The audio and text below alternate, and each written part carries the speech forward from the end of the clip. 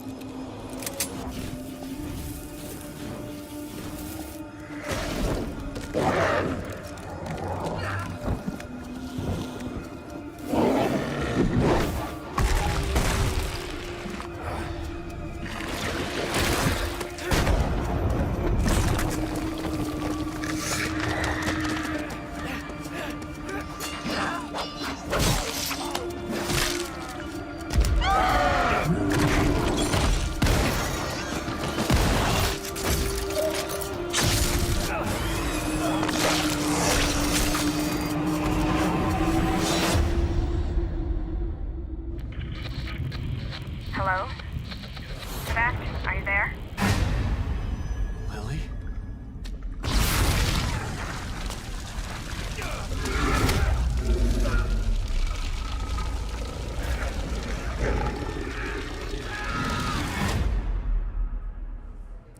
All right, Mikami is back, and joining me now, man you saw on stage yesterday, if you watched the Bethesda press conference, the only person on stage, the one and only, Pete Hines, VP of Marketing, Global VP of Marketing and PR for Bethesda. Good to see you, Pete. So big press conference yesterday. I got to say, I loved how it was tight, compact. You guys got your news in like 36 minutes, I think.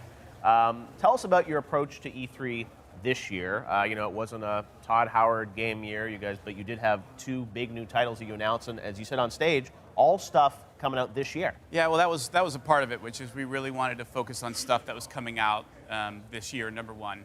You and I have worked together long enough. You know kind of my belief, which is I really want to announce stuff when you can, like we could talk about anything. We could talk about stuff that's coming out in 3 years, but I'd really rather be able to show it and show what it's really doing. And so I think for this year, we wanted to focus on 2017. We wanted to keep it going quickly and move fast through everything and not spend a lot of time. And to be honest, we have a lot of stuff in our booth. You know, you can play Wolfenstein, you can play the VR stuff. So we didn't want to spend a lot of time like doing sort of protracted gameplay. Like just come by our booth and check it out for yourself. And we're going to be doing a lot more this week to show folks like, yeah, I want to see more gameplay. I want to see more of the Evil Within or Wolfenstein. We've got a lot more to talk about this week beyond what we showed on Sunday. And another thing that you talked about yesterday, I don't want to forget, is Dishonored 2. You guys are putting out a new expansion to that, which is going to be a standalone experience, right? Standalone DLC. Hunting the Outsider, it's coming out October? When is that? September. September. The other games are October. Yes. Exactly. Tell us a bit about that. So the team at Arcane is building an entirely kind of new self-contained experience. Yeah, so if you know the Dishonored world, in Dishonored 2, you knew her as Megan Foster, who then, spoiler alert, later revealed herself to be Billy Lurk, who is Dowd's right-hand man. Dowd, you might remember from some of the DLC. Dowd's actually the one who kills the Empress in the original Dishonored. And this is a story about Billy working with Dowd to go back and kill the Outsider. Cool. They've decided they've had enough of this guy who is, responsible for the cool supernatural powers you have, but is also responsible for a lot of the chaos. And they decide that the only way to bring some normalcy to this world in Dishonored is to take out the Outsider. And that's what Billy heads off to do, is a series of missions to get to the Outsider and then to take him out. And the scope or scale of this, I know it's not DLC, it's sort of the standalone adventure. It's not a full-scale game. But it's still, I mean, it's a full-scale game. Like it's going to have a significant amount of content. Okay. It's I'm not sure what the full playthrough, but 8 hours, 10 hours. Oh, I mean, okay. it's a big, meaty, full piece of the Dishonored world where you get to explore new places and play as a new character in Billy and get more of that Dishonored experience that folks love, which is kind of playing the way you want, combining powers and combat to kind of move through situations. Are you going to be violent? Are you going to be non-violent? All of that stuff that folks have come to know Dishonored for. put in a standalone DLC. And slightly lower price than a full game? Yeah. Oh, for sure. Yeah. $30 for. Oh, wow. Yeah. Okay, cool. That's great. So that comes out in September, and then October you have a big month Yep. with 2 titles coming out. On Friday the 13th, we get the. You know me. I like cool, memorable dates, Jeff. And survival horror game on Friday the 13th. That just seemed like a win. The developer has to hit it, which is a challenge, I'm sure, for Maccabi, but it looks pretty trippy and out there. The trailer you had yesterday. You guys do always such great reveal assets for these games, and tell us a bit about that. We got a hint of a little bit more extended gameplay there. It seems like this is kind of a completely new story, right? It is. It builds off of the last one, but it's the story of Sebastian is sort of completely fallen apart after the events of the first game. He comes to find out that the daughter that he thought was dead is actually alive. Yeah. Has been sort of captured by Mobius and is being used by them to sort of power this virtual world that they've created.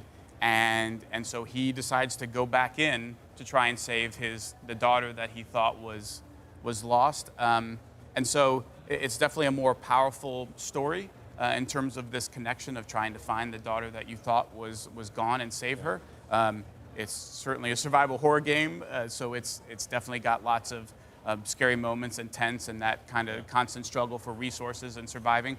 But it's also introducing a lot more of an open aspect to the game. You know, I think one of the things we heard from fans was Evil Within, they had a lot of fun, but it was fairly linear. There wasn't a whole lot of sort of branching off, and I think this time they're trying to embrace that a little bit more and have areas where players can kind of go and maybe go do stuff that isn't important to evolving the story, but is important for, like, I need some more resources, I need to build some more ammunition, or I need some other stuff to kind of feel ready to go deal with whatever comes next. And so you have voice now and kind of branching off and doing side missions and other stuff that wasn't really a part of the first game.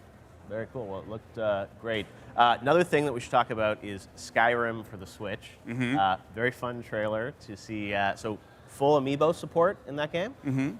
Well, for Link. I mean, not like every amiibo. Okay, I was gonna say. No, we didn't go know nuts. Splatoon's gonna pop in. No, or but something. you know, we talked to the folks. only Link. Only Link. Okay. But talked to the Breath of the Wild folks, and they were big Skyrim fans themselves and loved the idea. We really wanted to kind of do an integration with them, their open world thing, our open world thing. So it was a lot of fun. They were great with providing us all kinds of assets to make it feel like a cool, unique thing for Skyrim. Yeah. You want to run around as Link and go slay dragons. Like, come on. That was fun. And do we know when that's coming out yet? We haven't announced a date yet, but later this year. Later this year. All right, Skyrim finally coming to the Switch. I also want to talk to you a little bit about Xbox One X. You were here, I think, right after the Project Scorpio reveal last year, and we saw Todd in that video last year talking about that. So I assume, you know, Evil Within and Wolfenstein are coming out October, but are they going to be enhanced for Xbox One X? We're looking for all of our studios to add that level of support. BGS tweeted out last night that both Fallout and Skyrim are they're working right now on implementing support for X. Yeah. Are we going to call it X? What do we call it? XX? Xbox. But we will be providing updates for both of those titles to support it, and all And of that's our sort of higher resolution, 4K, better frame rate, that type of stuff? all of that stuff, yeah. Taking advantage of the hardware, and Microsoft's been great. Phil Spencer came out last year with his team to kind of walk us through what they were doing and do sort of a tech dump so all of our guys could start to get up to speed on what it was capable of doing and kind of how we wanted to embrace it and incorporate it into our games. So it's been good, and we're really looking forward to, you know, doing more with our games to support the hardware and what it can do. You mentioned BGS. Last year, Todd was here and kind of broke a little bit of news that the multiple projects sort of in the works there. You know, another Elder Scrolls down the road, and you probably answer questions every day on Twitter about down this. the road.